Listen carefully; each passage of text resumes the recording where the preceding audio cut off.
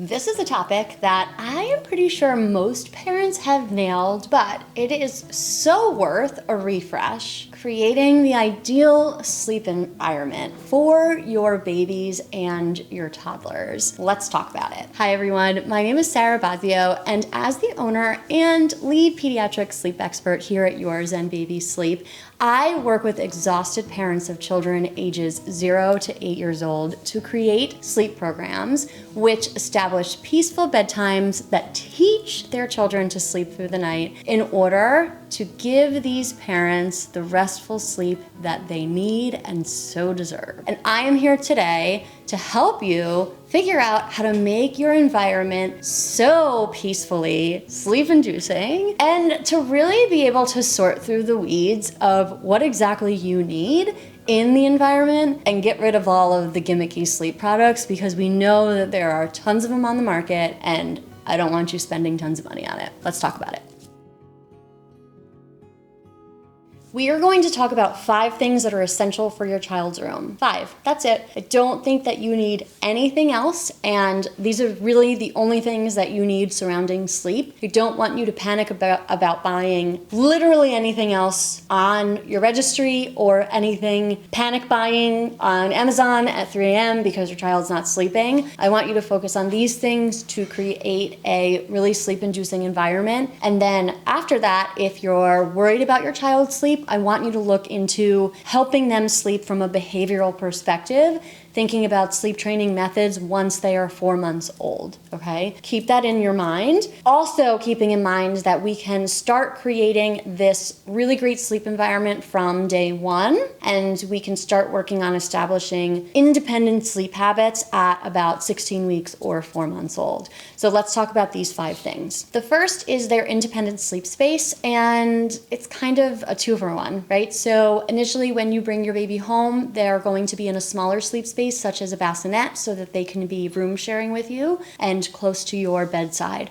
So anything such as a halo bassinet that can swivel and be moved close to the bed and pushed away is desirable, or any other type of bassinet. Then when the baby is a little bit older and growing and outgrows the bassinet, we want to move them to a crib, whether that be inside of your bedroom or into their nursery. The most essential part of the bassinet or the crib is that it should be free and clear of all blankets, pillows, bumpers. There should be nothing inside of the crib or bassinet. There should just be a firm, flat mattress and a crib sheet. And that is it. We want to make sure that baby is sleeping on their back to start. Eventually, your child is going to learn to roll, and we want to start out the night with baby on back, and then they will be able to roll to their belly and get comfortable and sleep on their belly. But we want to be promoting safe sleep habits according to the American Academy of Pediatrics and have them in the same room up to 6 months, but in a separate sleep space. So to recap,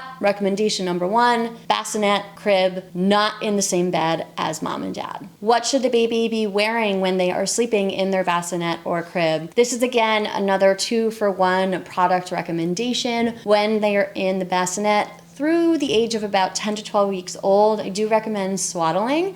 There are a lot of swaddle recommendations. My favorite is the Swaddle Me Swaddles. I love the Velcro style of the swaddles. I also have really been starting to love the Swaddleini. This is the new swaddle to the market, and I'm really enjoying using this product with my newborn families. Once babies are out of swaddles, we want to put them in a sleep sack, and I want you to look at the TOG or TOG rating of the sleep sack. This is just the level of thickness of the fabric. So the lower the rating, so 1.0 for example, it's going to be lighter, and the higher the rating, so 3.5 for example, it's going to be thicker. So in the summer we want a lower rating, in the winter we want a higher rating, just to help keep the baby warm or cooler, depending on obviously the weather outside and how you keep your temperature in the house. And speaking of temperature, we want the room to be between 68 and 72 degrees Fahrenheit. This is going to be the optimal sleeping temperature for most bodies to get into a really nice and comfortable sleep. How do we monitor the baby once they are in their room, especially? I want you to invest in a really great video monitor. It is up to you as a family what type of monitor you invest in, whether it is a closed circuit monitor, so this means that it is not connected to Wi-Fi, or whether it is a Wi-Fi enabled monitor. I personally prefer, as a sleep expert, less technology the better, because it just seems to bring our anxiety as parents down. So the less data that the monitor is able to give us, the less anxiety that I see parents have. And even just personal experience as a mom, I really enjoyed the closed circuit monitor because there just wasn't an ability for anybody to tap into it.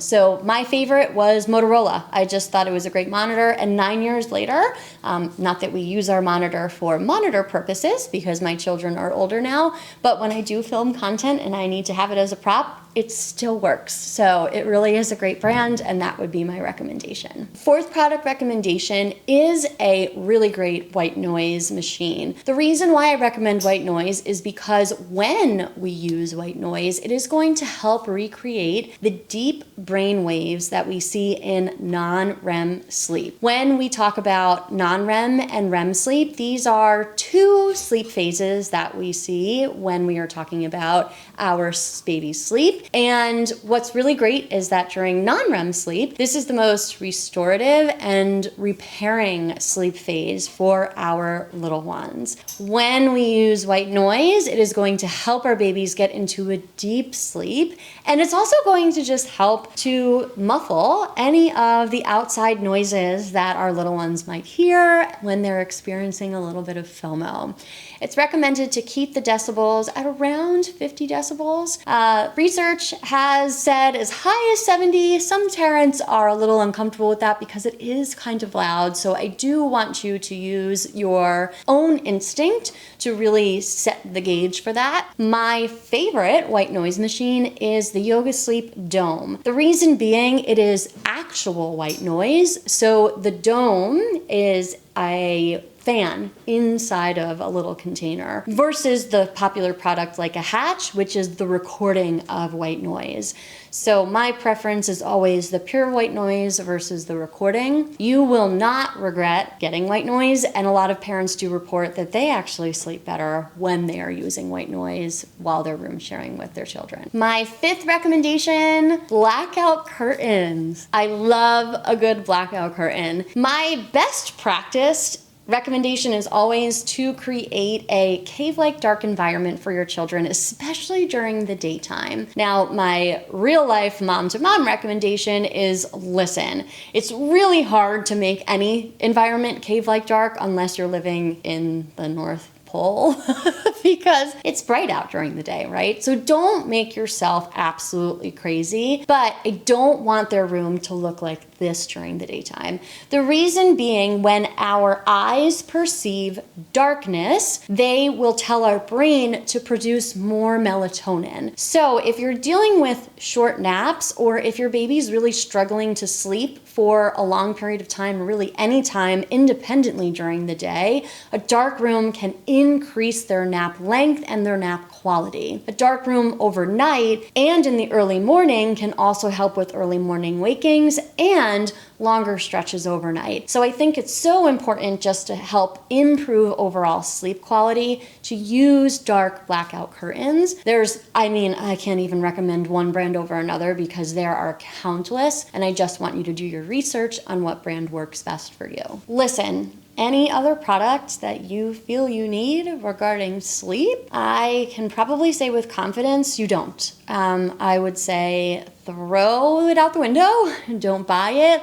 It's gimmicky. The company is probably just preying on your weakness and your sleep deprivation. If you're struggling with sleep and thinking about buying a product to fix sleep, it probably will fix it for a very short period of time, and then you will be right back in the same position that you are, or that you were 5 days prior. What I encourage you to do is use the 5 products that I recommended and really start from a very early age to work on healthy sleep habits. Also, really begin to establish a plan as to what your priority is around healthy sleep habits and independent sleep. So do you want to teach independent sleep? How do you want to teach independent sleep? What is your plan for when your children are ready to learn independent sleep habits? And how do you want to sleep train, should that be a choice for your family? I have plenty of resources about sleep training and gradual methods such as the chair method and time checks that I will leave in the show notes for you so that you can get an idea of how I work with families on sleep training. And feel free in the show notes to head over to my website to learn more about my one-on-one services and how I help families in individualized sleep programs. My favorite part about the work that I do is connecting to families just like you. So I would love to know if this video is helpful by you giving it a like, and please, if you have any questions about specific product recommendations, leave them in the comments. Make sure that you're subscribing to my channel so that you're the first to know about my sleep content when it is published. And as always, from my living room to yours, thank you so much, and I can't wait to see you next time.